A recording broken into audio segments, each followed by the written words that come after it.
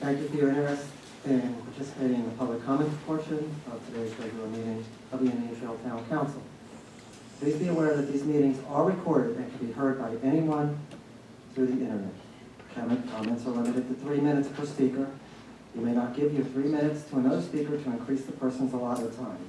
Comments are to be directed at the entire council as a whole and not individuals. Citizens will be expected to be civil in your language and presentation and act within reasonable standards of courtesy. We ask the audience, as well as the speakers, to maintain order and decorum in your conduct throughout the public comment period. That being said, you may not engage in slander, name-calling, personal attacks, or threatening or otherwise aggressive speech or behavior that I or council reasonably believe will immediately result in a disruption of the meeting. Finally, we ask you a simple favor.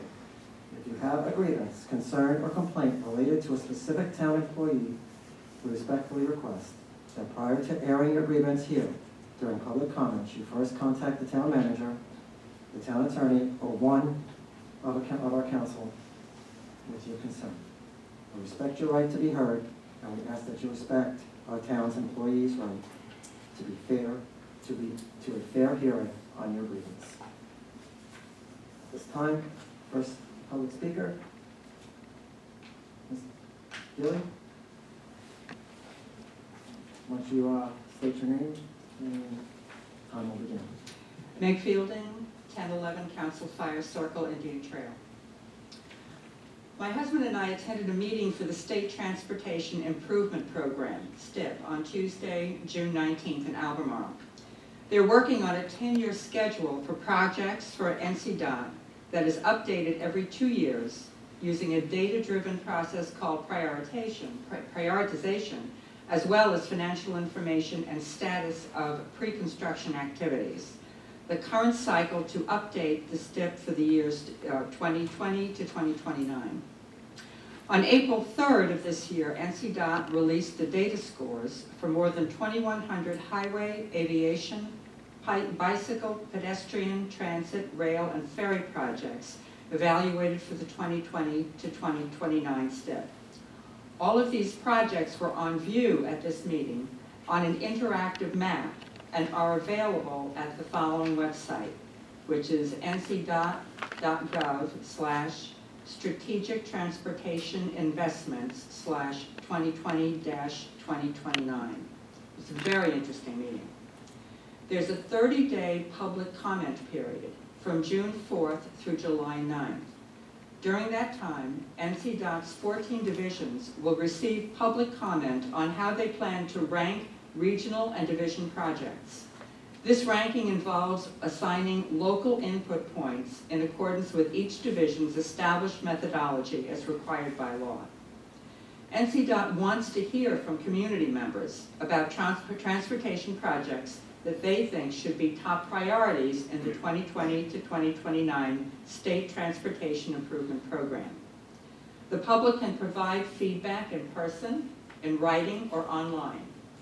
You can complete a short interactive survey to identify the priority projects that you feel are most important, or submit comments via email, mail, or phone using the associated contact information listed on that website that I just referenced. And please note that the comment period is not for maintenance-related projects, such as patching potholes, resurfacing, or ditches. NCDOT uses a different method to prioritize maintenance projects. We're fairly new residents in this area, and we attended the meeting up in Albemarle because we wanted to get more of an overview of what's happening in the future for streets. Sorry to do more street talk to you guys on top of the meeting we just had. But the people that we spoke to there were concerned because they really haven't gotten very much public feedback. So I volunteered to bring this information to council, and the clerk has a copy of everything that I just read, so that maybe we can encourage people to go on the website and check that out. Also regarding the change in the traffic pattern on Independence Road 74, I have a contact number for the resident engineer in Monroe for feedback and public comments, which is 704-218-5125.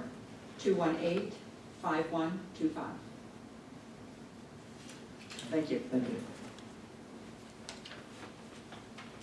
Liz?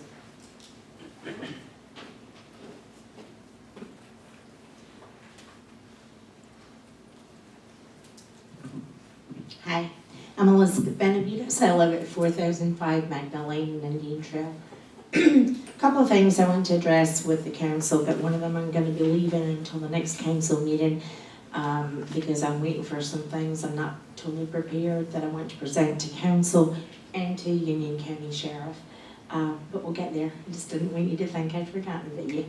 The other reason I'm here tonight is a great concern. Directly behind my home in Taylor Glen, there is a construction site where they're building, new homes, and I don't even remember the name of whatever's going on. I spoke here late last year. I was hospitalized with a very bad asthma attack. My pulmonologist believes it could be related to all the blasting and things going on the construction site. I have another concern.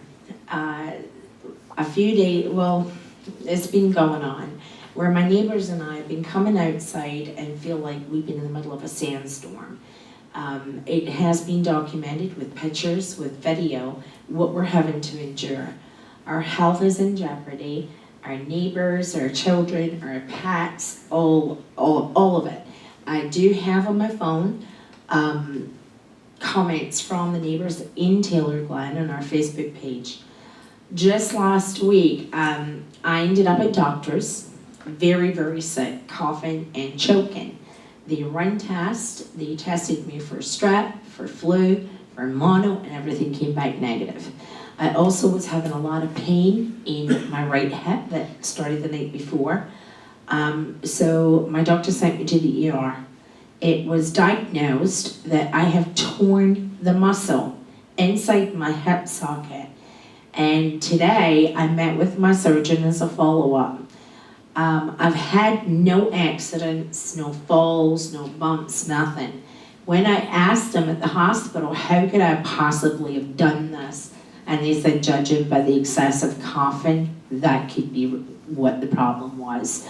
They also showed me today, and I have the pictures if anybody cares to see them, where the tear is, where it has been bleeding from the tear, and it's also affected the sciatic nerve that is swollen. We believe it may have come from all the dust that we're having to ingest in the area. On Saturday, I'm really appreciative of Town Council, in particular Councilman Morse.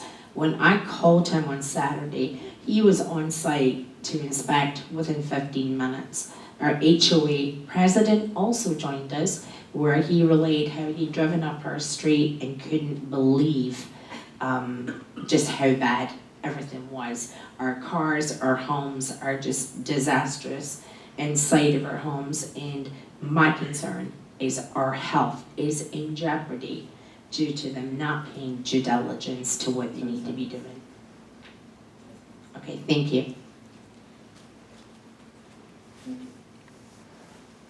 That brings us to the law enforcement update.